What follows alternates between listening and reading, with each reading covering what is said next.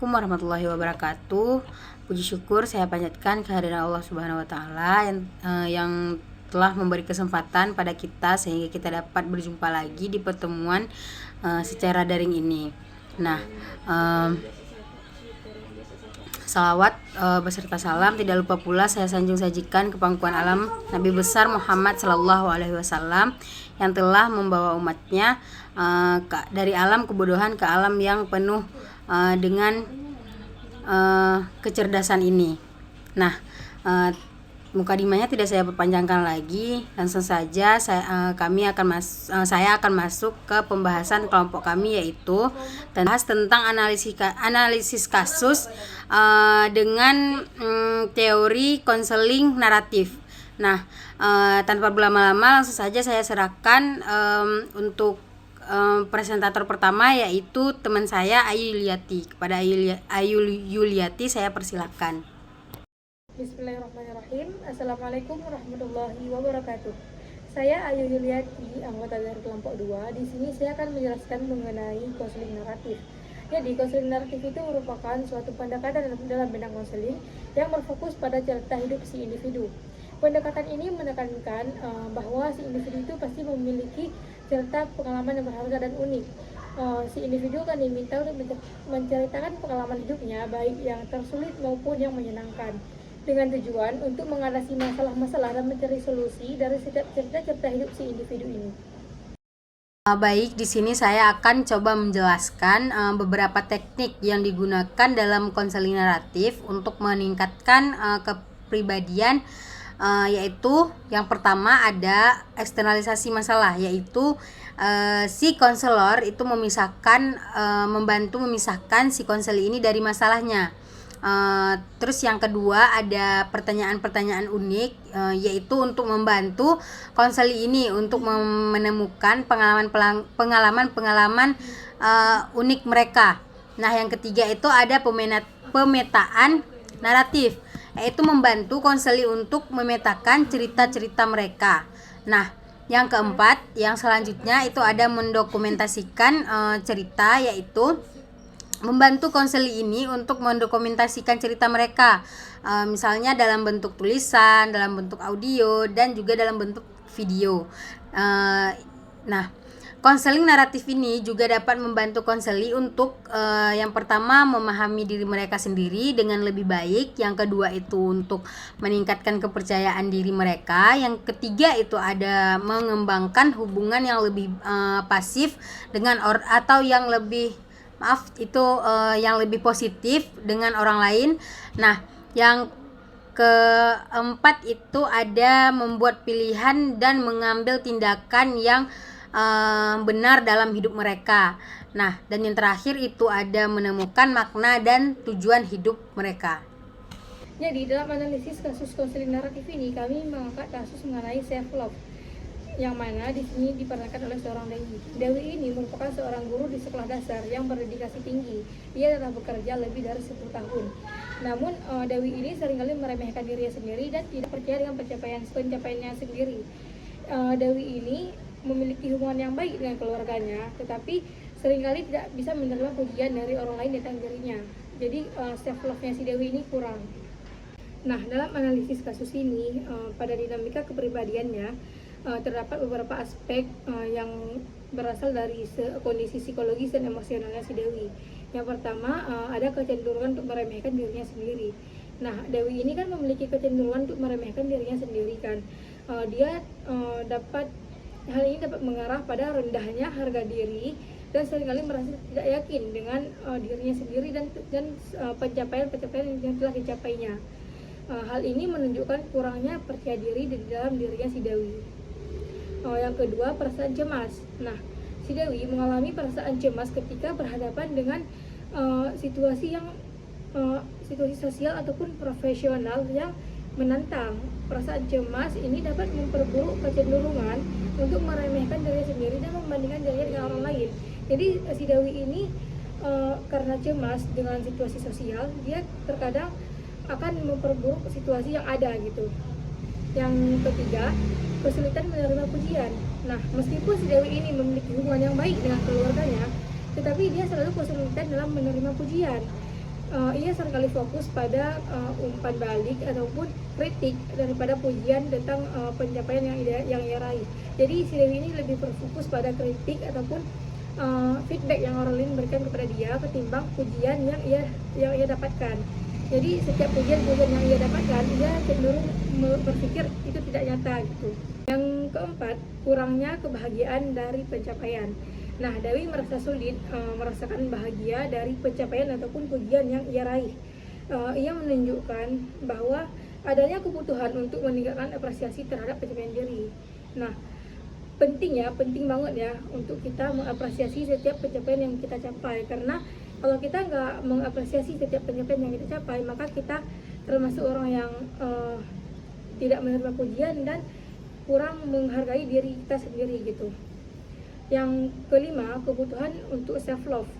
Jadi Dewi itu menyadari bahwa ia perlu bekerja pada self love untuk meningkatkan kualitas hidupnya. Ia ingin belajar menghargai dan mencintai dirinya sendiri agar lebih mengatasi kecenderungan membandingkan dirinya dengan orang lain. Jadi si Dewi ini kurang self love, dia sering membandingkan dirinya dengan orang lain gitu. Misal orang lain udah mencapai A, dia masih di B, tapi dia tuh tidak gimana, dia tuh nggak self love terhadap pencapaian dia nggak menerima pencapaian dia mau terus lebih dan lebih gitu. Yang terakhir, bantuan konseling naratif. Nah, dengan mencapai bantuan konseling naratif, Dewi berharap dapat mengubah narasi internalnya yang negatif menjadi yang lebih positif.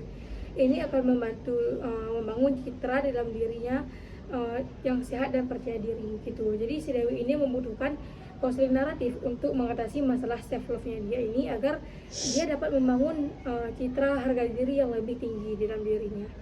Sekian, terima kasih. Saya serahkan ke teman saya. Baik, di sini saya akan menjelaskan tentang proses teori konseling naratif.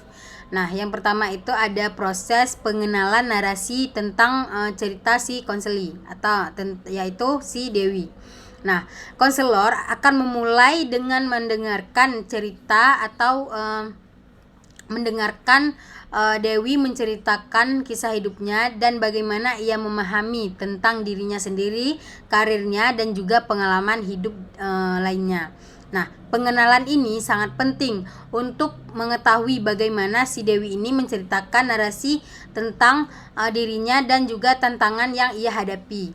Nah, selanjutnya itu ada eksternalisasi. Konseling naratif mendorong si Dewi ini untuk memisahkan diri dia dengan masalahnya agar bisa menggambarkan perasaan bisa menggambarkan perasaan kurang percaya dirinya sebagai entitas terpisah yang mempengaruhi hidupnya daripada sebagai bagian dari identitasnya. Dengan cara ini Dewi dapat melihat masalahnya secara lebih objektif dan memungkinkan perubahan. Nah, selanjutnya itu ada menyusun ulang narasi. Nah, konselor akan bekerja sama dengan Dewi untuk menyusun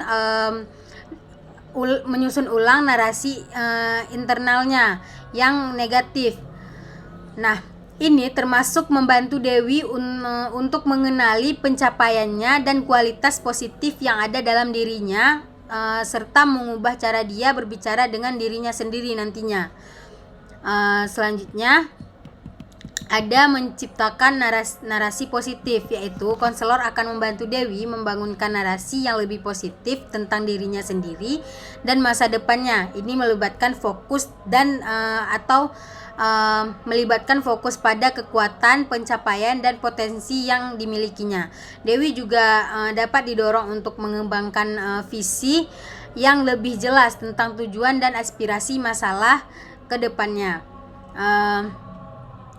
Selanjutnya itu ada refleksi dan integrasi, yaitu Dewi akan didorong untuk merenungkan perubahan narasi internalnya dan bagaimana hal itu mempengaruhi perasaan dan juga tindakannya. Konselor akan membantu Dewi mengintegrasikan perubahan ini ke dalam bentuk atau ke dalam kehidupan si Dewi sehari-hari. Dan Yang terakhir itu ada pendekatan berkelanjutan, yaitu konselor akan memberikan strategi kepada Dewi untuk mempertahankan narasi positif yang baru dan mengatasi hambatan yang mungkin akan muncul ke depannya. Ini dapat mencakup teknik-teknik seperti afirmasi positif, terus dari jurnal, terus atau praktik-praktik meditasi lainnya. Nah, selanjutnya itu ada asumsi perilaku sehat dan juga perilaku yang tidak sehat. Nah, yang pertama ada asumsi perilaku sehat. Itu mencakup dedikasi dan peduli. Nah, Dewi dikenal sebagai guru yang berdedikasi dan peduli dengan murid-muridnya. Ini menunjukkan komitmen dan kecintaan si Dewi terhadap pekerjaannya yang merupakan perilaku sehat. Nah, yang kedua ada kesadaran untuk mengubah narasi internal. Dewi menyadari perlunya bekerja pada self love dan mencari bantuan konseling naratif. Ini adalah tanda bahwa Dewi memiliki kesadaran akan tantangan yang ia hadapi dan siap untuk melakukan perubahan-perubahan positif. Selanjutnya itu ada hubungan baik dengan keluarga. Dewi memiliki hubungan baik dengan keluarganya. Itu menunjukkan bahwa ia memiliki dukungan sosial yang kuat dan yang merupakan itu adalah perilaku sehat. Nah, selanjutnya itu ada perilaku atau asumsi perilaku yang tidak sehat. Itu mencakup yang pertama ada meremehkan diri sendiri. Nah, Dewi sering meremehkan dirinya yang dapat merusak harga diri dan kepercayaan diri. Ini adalah perilaku yang tidak sehat atau asumsi yang tidak sehat.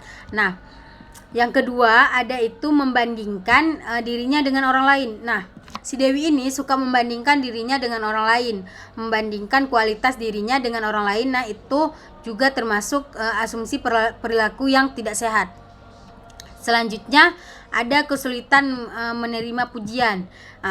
Dewi ini mengalami kesulitan menerima pujian dan sering fokus pada kritik ataupun umpan balik yang negatif. Nah, ini menunjukkan adanya ketidakseimbangan dalam cara Dewi memandang dirinya dan pencapaian-pencapaian yang telah ia capai sebelumnya. Selanjutnya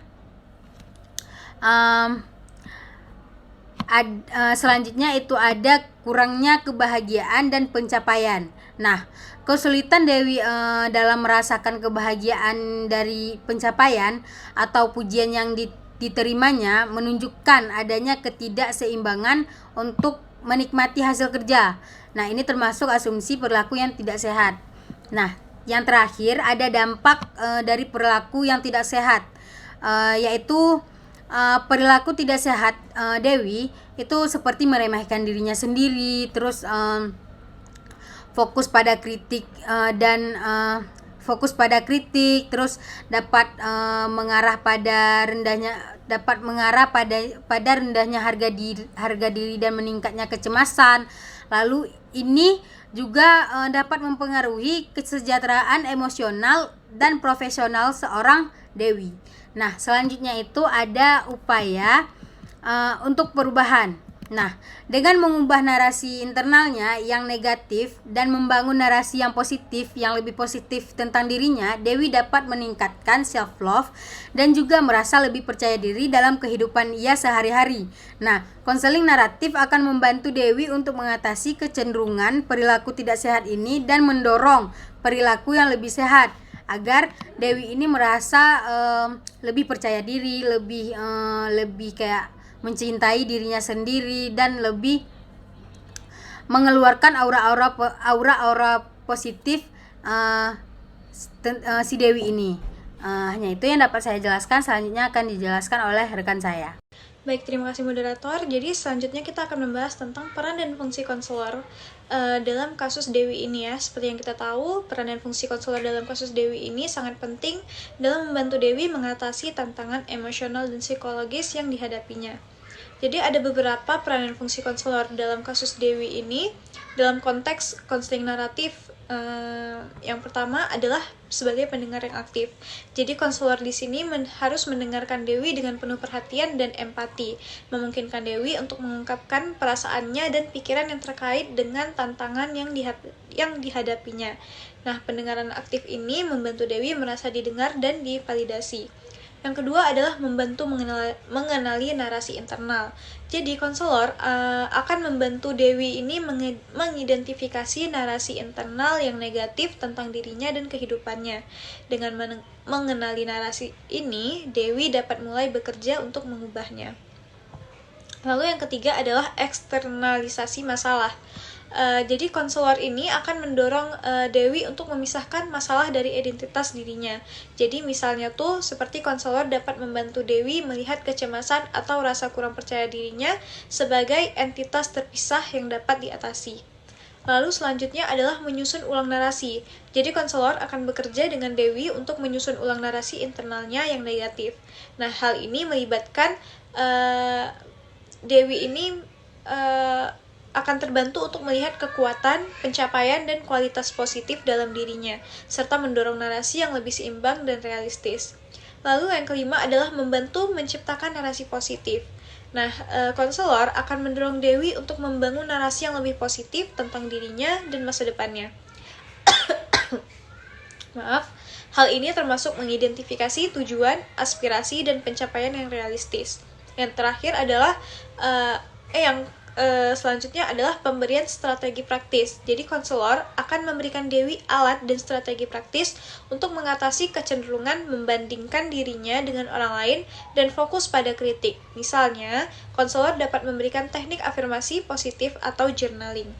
Selanjutnya adalah memfasilitasi refleksi dan integrasi. Jadi konselor akan membantu Dewi merenungkan perubahan narasi internalnya dan bagaimana hal itu mempengaruhi perasaan dan tindakannya.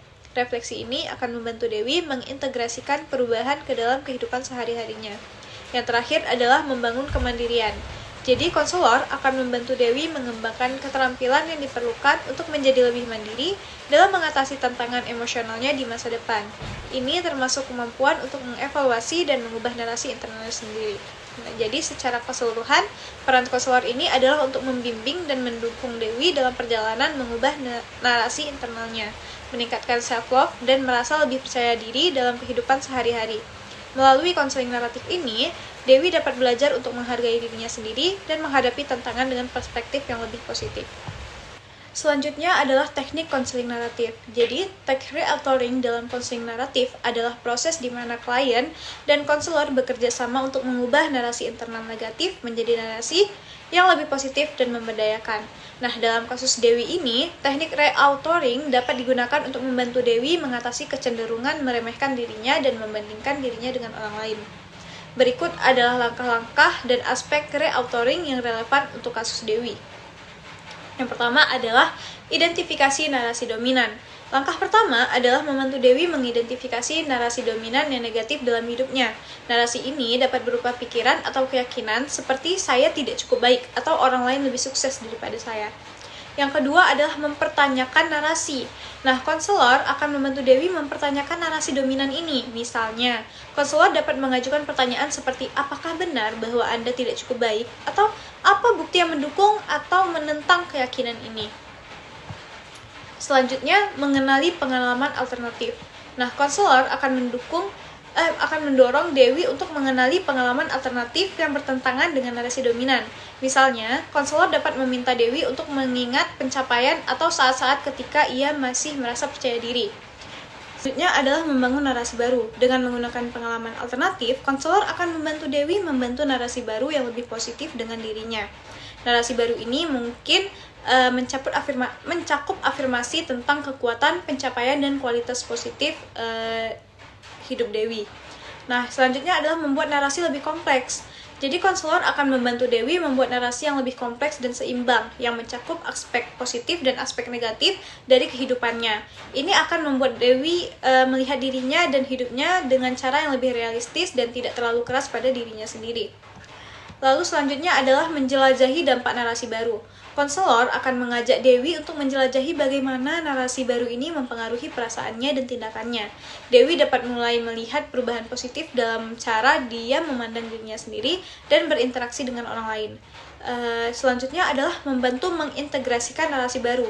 Jadi konselor ini akan bekerja dengan Dewi untuk mengintegrasikan narasi baru ini ke dalam kehidupan sehari-harinya. Hal ini termasuk penggunaan afirmasi positif, journaling, atau praktik meditasi untuk memperkuat narasi baru. Yang terakhir adalah pendampingan berkelanjutan. Jadi konselor akan mendampingi Dewi secara berkelanjutan untuk memastikan bahwa narasi baru terus diperkuat dan tetap stabil. Pendampingan ini juga akan membantu Dewi menghadapi tantangan baru yang mungkin muncul di masa depan.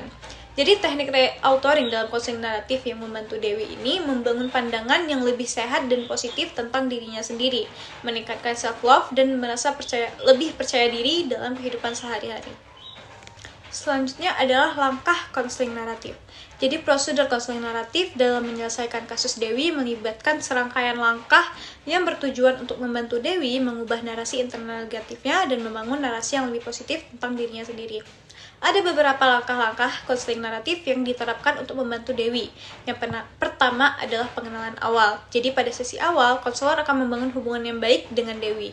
Nah, hal ini termasuk menciptakan lingkungan yang aman dan mendukung di mana Dewi akan merasa nyaman untuk berbagi perasaannya. Lalu yang kedua adalah mengumpulkan kisah hidup Dewi. Jadi konselor akan mendengarkan kisah hidup Dewi dengan penuh perhatian, terutama narasi yang berhubungan dengan penampilannya, pencapaiannya, dan interaksi sosialnya. Nah, konselor akan mengajukan pertanyaan terbuka untuk memahami narasi internal Dewi. Lalu selanjutnya adalah identifikasi narasi dominan.